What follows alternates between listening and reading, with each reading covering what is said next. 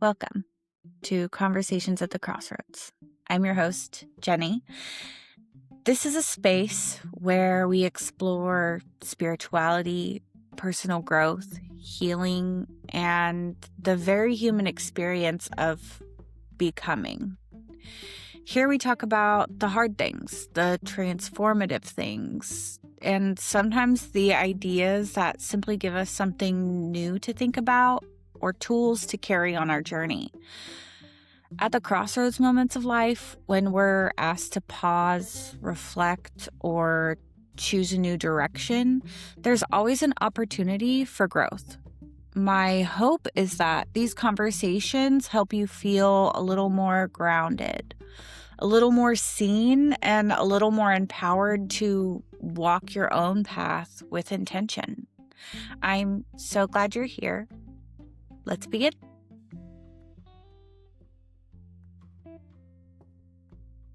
Wherever you find yourself right now, consider this your invitation to pause, breathe, and step into the crossroads with me.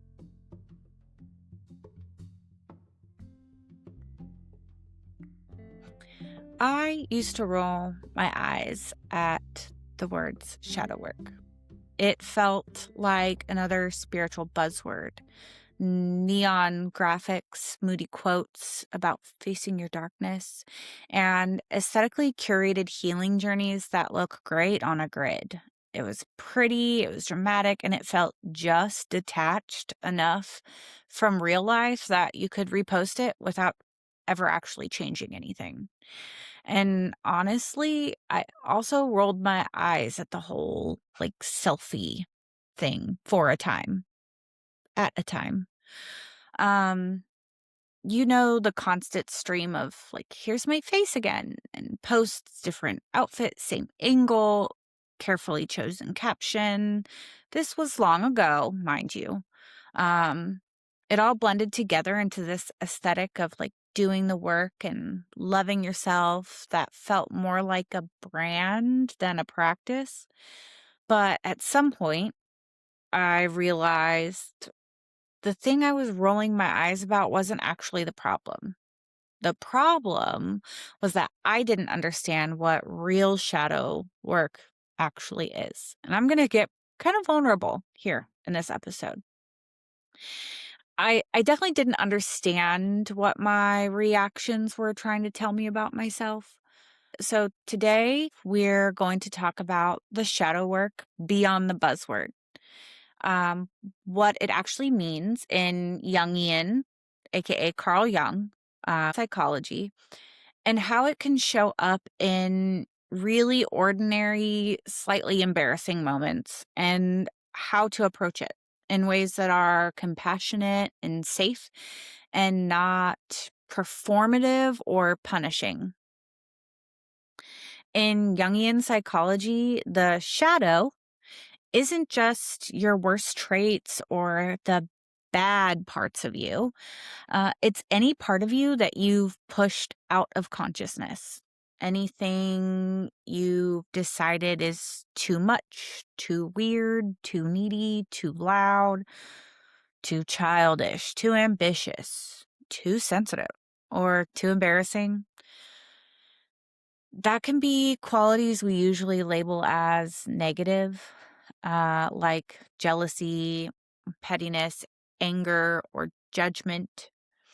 But it can also be really beautiful things like your creativity or your desire to be seen, your sexuality, your ambition, your joy, your confidence. If it didn't feel safe or acceptable at some point in your life, it can end up in the shadow.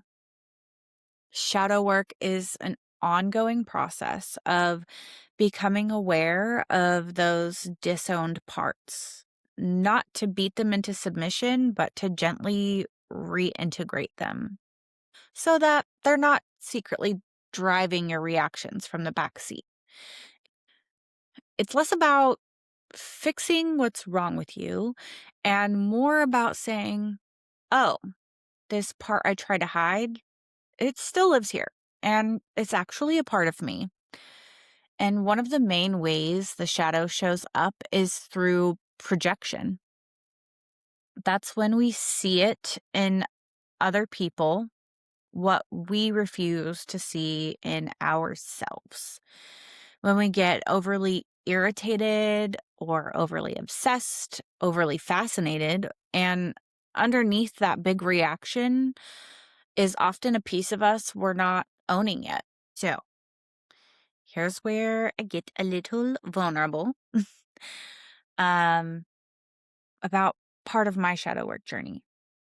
And this was, long ago, but still a part of my journey. There were a few people in my life in the dawn of social media who were posting a lot. And I noticed that some of it kind of irked me. Not in a they're terrible way, but in a subtle low grade annoyance that makes you think, ooh, why is this getting under my skin so much? What made it really uncomfortable also was that these are people I genuinely like and care about. That's why they're on my social media. So the irritation was immediately followed by guilt. And why am I bothered by this? I don't want to be mean or judgmental. I actually like these people. Some of these people I love.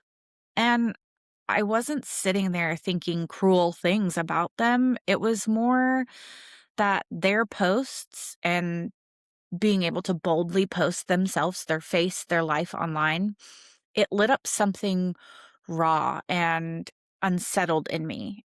And that ugh feeling became a little signal that was more something in me to look at and not something wrong with them.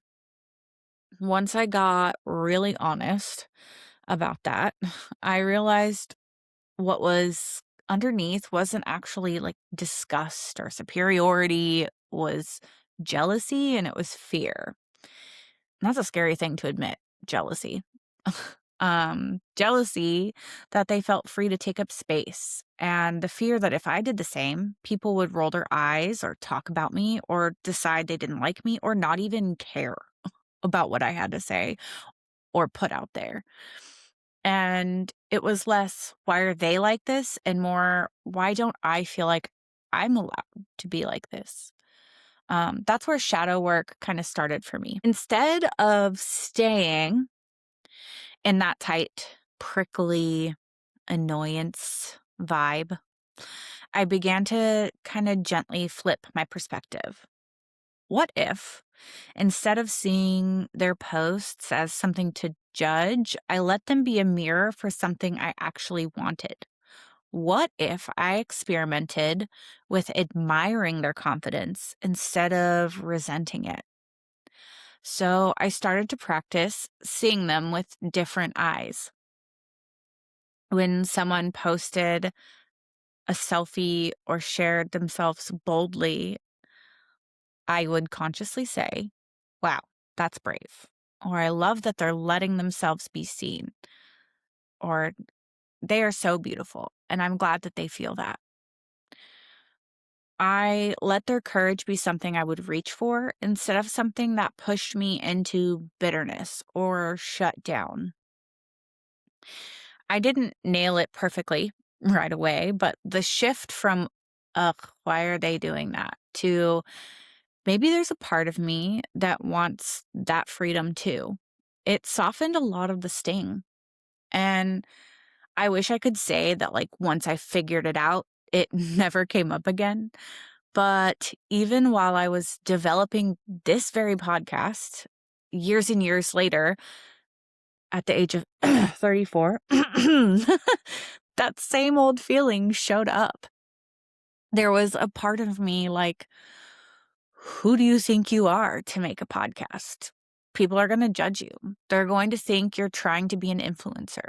They're going to see that you want to be seen and heard. And for some reason, that's wrong. That makes you feel conceited. And that was really confronting because making this podcast in a way is an admission. I want to be seen. I want my voice to matter. I do have something to say. And for a long time, that felt almost shameful to admit.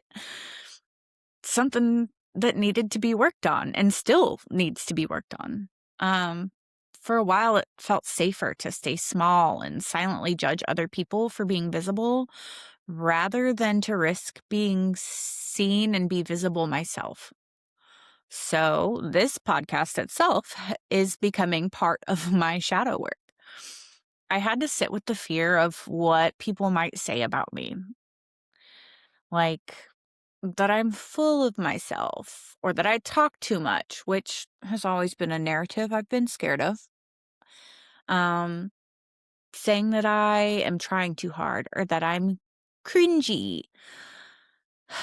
I had to meet those fears head on and ask, if they say those things, does that actually make my desire to be seen wrong? Or does it just mean that I'm a human being? Instead of letting that fear shut me down, I started to treat other people's confidence as permission. If they're allowed to share their faces and share their stories, why do I think I'm not allowed? If admire their boldness, maybe I'm being invited to grow a little of that boldness inside myself. So, this episode, and really this whole podcast, is me walking that edge in real time. Like I said, it's a journey of growth together. I'm letting myself be visible. I'm letting myself risk being misunderstood or judged, and choosing that when that old annoyance or jealousy pops up, I'm going to look at it less of a signal that I'm a bad person and more as a doorway, an invitation to move from comparison to admiration and from bitterness to inspiration. Moments like that quiet jealousy, the weird guilt, the ugh reaction, they're classic shadow invitations. Um, I learned that from a Jungian lens, these are projections. We are bumping into something in someone else that actually belongs to us. The work isn't to shame yourself for feeling that way. It's to slow down and ask, what is this touching in me? Is there a part of me that wants what they have? A part that feels unworthy or scared or left out? A part that learned very early that taking up space wasn't safe? Shadow work starts with that gentle, honest curiosity. It's not diagnosing yourself, and it's not slapping a label on your wounds, and it's not forcing yourself to get over it. It's just noticing the reaction, owning what's yours, and seeing if you can sit beside it instead of immediately pushing it away or making it someone else's fault. In Jungian psychology, archetypes are like deep patterns or characters that live in the collective unconscious. Shared storylines about being human that show up again and again in myths, movies, and our own lives. We're not just one archetype. We tend to move between several, and different ones get louder depending on what we're going through. Let me walk through a few that often show up in shadow work and what they can look like in everyday life. The inner child. This is the part of you that is playful, imaginative, sensitive, and deeply needing safety and love. In real life, you might notice your inner child when you feel overly hurt by small comments or being left out. I want to play with them. You can crave reassurance, cuddles, or simple comfort, and even judge yourself for it. You light up at silly, creative things, but also feel easily overwhelmed or scared of rejection. In the shadow, this can show up as I'm too needy, I'm childish, or I should be over this by now. There's the caregiver or healer, and this part wants to nurture, support, and take care of others. In real life, it can look like always being the one people come to with their problems, dropping your own needs to be the strong one or the fixer, feeling guilty when you set a boundary or say no. In the shadow, this can turn into resentment, burnout, or a belief that your worth is based on how much you give. There's the warrior slash protector. This archetype is about courage, boundaries, and standing up for yourself and others. You might notice it when you finally say, no, that doesn't work for me, after a lifetime of people pleasing. You feel a surge of energy to defend someone or speak truth to power. You get angry when something feels unjust. If this part is in the shadow, you might tell yourself, I'm not allowed to be angry. I'm too much. If I stand up for myself, people will leave. Another one is the lover.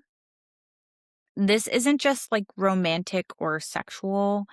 It's part of you that feels deeply and wants connection and beauty and pleasure and intimacy with life. In everyday life, it might show up as your passion for art or music, nature, or sensual experiences. A deep longing to be seen, touched, cherished, and chosen. Getting really impacted by relationship dynamics. In the shadow, this can become shame around desire and needs, or the story that wanting closeness makes you weak or too much. Kind of the simp mentality. The next is the creator or magician. This archetype is about transformation, imagination, and making something new. Art, ideas, businesses, spiritual paths. You might feel it when you get excited about a project, a ritual, or creative idea and lose track of time working on it. I do that all the time. You're drawn to manifestation and magic or turning pain into meaning. You have a sense that your voice or work could shift something in others. When it's shadowed, it can show up as fear of being seen, imposter syndrome, procrastination, or telling yourself, who do I think I am to do this? Sound familiar? Which, by the way, is exactly what came up for me when starting this podcast. There's the judge or critic, and this is the voice that evaluates, compares, and tries to keep you in line. In real life, it might look like a harsh internal monologue of that was stupid. You look awful. You're failing. A constant scanning of how others are doing, where you rank, who's better or worse. Being more comfortable critiquing than receiving or celebrating. In the shadow, the judge can run the show without you realizing it, hiding behind standards, honesty, or just telling it like it is, while actually protecting you from your vulnerability. When we talk about shadow work, we're often talking about the parts of these archetypes that got pushed into the dark. Maybe your inner child wasn't allowed, so you over identify with the warrior. Maybe your lover was shamed, so your judge gets really loud anytime you want to be seen or desired. Bringing awareness to these archetypes isn't about putting yourself in a box. It's about having a language for different energies moving through you and noticing which ones you've exiled, which ones are overworked, and which ones are quietly asking to be invited back in with more compassion. And notice that none of these archetypes are inherently good or bad. They are just existing, and It's the way that we interact with them that gives meaning on what kind of attention they may need. I also want to say this really clearly. Shadow work is powerful, but it's not a replacement for therapy. Anyone who knows me knows I champion being in therapy. If it were up to me, everyone would be assigned a therapist at birth. If exploring these parts of you brings up big waves of shame, trauma, or distress, that's not a sign that you are failing. It's a sign that you might need more support from a therapist, a counselor, or another trained professional, or someone you really, really trust who can hold that with you. There's no prize for doing it alone. Sometimes the bravest thing you can do is say, this is too big for me to untangle by myself. Working with the shadow can be tender, and it can stir up old memories and patterns you didn't know were still alive. And it's absolutely okay, and in many cases, really wise to have someone walking beside you as you go there. If you want to begin exploring your own shadow in a gentle way, there are a few questions you can sit with, maybe in a journal or just on a walk, like, who has been annoying or triggering me lately in a way that feels bigger than the situation calls for? What about them secretly fascinates me or quietly scares me? Is there anything they're doing that I'm telling myself I'm not allowed to do or that I want to do? When I imagine being as visible, confident, or expressive as they are, what stories come up about how people would react to me? Whose voice is that saying it? What part of me might be asking to be seen, loved, or reclaimed here? You don't have to answer any of these perfectly. Just noticing your first honest response is already shadow work. I want to leave you with this. Needing shadow work doesn't mean there's something fundamentally wrong with you. It means that you're human. We all have parts we've pushed away to survive, to belong, or to feel safe. The point of this work is not to dig until you find something awful. It's to make just a little bit more room inside of you for the parts you've exiled, including parts that want to be seen, heard, and loved, or just need a little more nurturing. So if this episode stirred something in you, my hope is that you don't leave thinking, wow, I'm a mess. I hope you leave thinking, oh, I'm not alone. There's a way to meet these parts of me with more honesty and more love. That's what shadow work is really for. If this episode resonated with you, I would love to stay connected. You can come hang out with me on Instagram, find more of my work, offerings, and goodies over at hexandhair.com. And join me on TikTok, where I share more bite-sized thoughts, rituals, and reminders to take care of your magic. Take gentle care of yourself this week. I am so proud of you for being here, and I can't wait to talk to you in the next episode. Bye. I want to dedicate this episode to my mom, Kylene Marie, because today I'm publishing this episode on February 19th, which would have been my mom's 65th birthday. So happy birthday, Mom. I love you. I miss you. And I'll be seeing you in the sunset this evening. Love always, your Sweet Pea.